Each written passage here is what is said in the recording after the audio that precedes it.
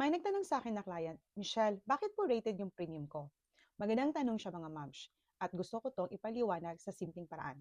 Kapag kumuha tayo ng insurance, tinitingnan ng insurance company ang ilang bagay tulad ng age, health, at medical history. Kapag may nakita silang risk, minsan naglalagay sila ng tinatawag na rated premium. Ibig sabihin, mas mataas ng konti ang premium dahil may health factor na kailangang i-consider. Pero alam mo kung ano ang magandang news? Kahit na may rating na, approve ka pa rin. Ibig sabihin, may protection ka pa rin para sa pamilya mo. Kasi, ang mas mahirap na sitwasyon kapag hindi ma-approve at wala ka ng coverage. Kaya minsan, sinasabi ko sa mga clients ko na ang insurance ay hindi tungkol sa pagiging perfect ng health natin. Ito ay tungkol sa pagmamahal natin sa pamilya at paghahanda para sa future nila.